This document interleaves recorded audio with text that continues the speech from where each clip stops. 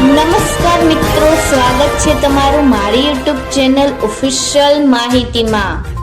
તમે ગુજરાતના તમામ માર્કેટયાર્ડના ભાવ, ખેતીને લગતી તમામ માહિતી અને ખેડૂતોને ઉપયોગી એવી તમામ માહિતી સૌથી પહેલા જાણવા માંગતા હો તો મારી ચેનલને સબસ્ક્રાઇબ કરી લેજો, જેથી અમારા દ્વારા આપવામાં આવતી માહિતી તરત જ તમને મળી રહે। તો ચાલો જાણીએ આજના એરંડા વિશે। ગુજરાતમાં કચ્છ જિલ્લામાં દિવેલાનું સૌથી વધુ વાવેતર નોંધાયું છે। કચ્છમાં 1,41,100 હેક્ટરમાં દિવેલાનું વાવેતર નોંધાયું છે। આ બાદ બનાસકાંઠા, પાટણ, મહેસાણા અને સુરેન્દ્રનગર જિલ્લામાં એરંડાનું વાવેતર થયું છે। એરંડાનું વાવેતર મોડા સુધી થઈ શકે છે।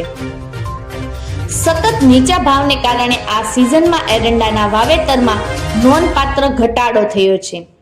હાલની સ્થિતિએ ગુજરાતમાં 2,43,858 હેક્ટરમાં એરંડાનું વાવેતર નોંધાયું છે, જે ગત સિઝનમાં આ સમયે 4,43,947 હેક્ટરમાં હતું।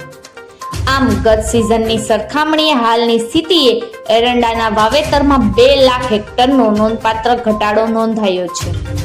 મિત્રો, ગુજરાતમાં સામાન્ય રીતે 7 લાખ હેક્ટર આસપાસ જમીનમાં એરંડાનું વાવેતર થાય છે।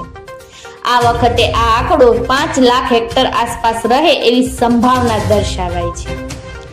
ગુજરાતમાં સૌથી વધુ કચ્છમાં 8,53,100 હેક્ટરમાં નોંધાયું છે।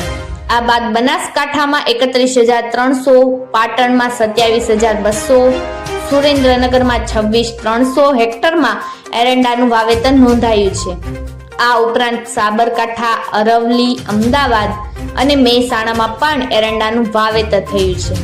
એરંડાના વિકલ્પ તરીકે ખેડૂતોએ મગફળી અને તુવેર જેવા પાકોને આ વખતે પસંદ કર્યા છે।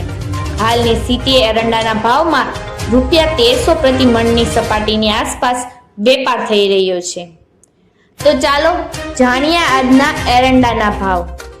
રાજકોટમાં 1,000 થી 1,276, ગોંડલમાં 851 થી 1,276, જૂનાગઢમાં 1,100 થી 1,300, જામનગરમાં 1,100 થી 1,278, જામજોધપુરમાં 1,101 થી 1,296, જેતપુરમાં 1,180 થી 1,265, ઉપલેટામાં 1,200 થી 1,281, ધોરાજીમાં 1,211 થી 1,241, મહવામાં 1,252 થી 1,253, અમરેલીમાં 1,220 થી 1,221, કોડીનારમાં 1,150 થી 1,226, હળવદમાં 1,230 થી 1,295, જસદણમાં 1,100 થી 1,101, બોટાદમાં 1,065 થી 1,180, મોરબીમાં 1,290 થી 1,294, ભચાઉમાં 1,166 થી 1,284, દશેરા પાટડીમાં 1,277 થી 1,282, ડીસામાં 1,277 થી 1,305,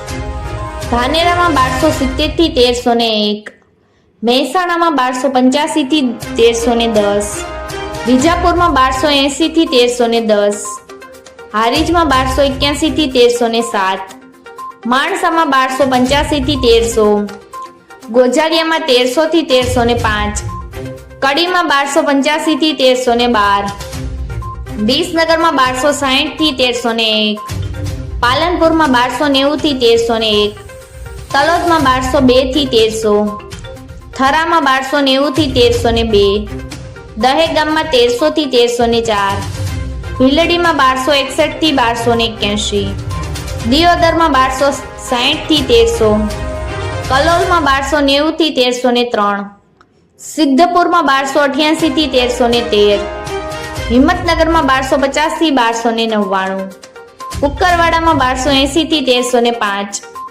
ઘનસુરામાં 1,300 થી 1,320, ઈડરમાં 1,270 થી 1,296, પાથાવાડમાં 1,280 થી 1,295, બેચરાજીમાં 1,285 થી 1,304, કપડવંજમાં 1,100 થી 1,200, વિરમગામમાં 1,293 થી 1,301, થરાદમાં 1,270 થી 1,300, રાસણમાં 1,230 થી 1,240, બાવળામાં 1,269 થી 1,270, રાંધનપુરમાં 1,280 થી 1,305, આંબલિયાસરમાં 1,280 થી 1,294, એકબાલગઢમાં 1284 થી 1290, શિહોરીમાં 1283 થી 1305, લખાણીમાં 1296 થી 1306, પ્રાંતિજમાં 1280 થી 1300, સમીમાં 1290 થી 1300, વારાહીમાં 1280 થી 1293, ચાણસમાં 1253 થી 1308, દાહોદમાં 1230 થી 1250.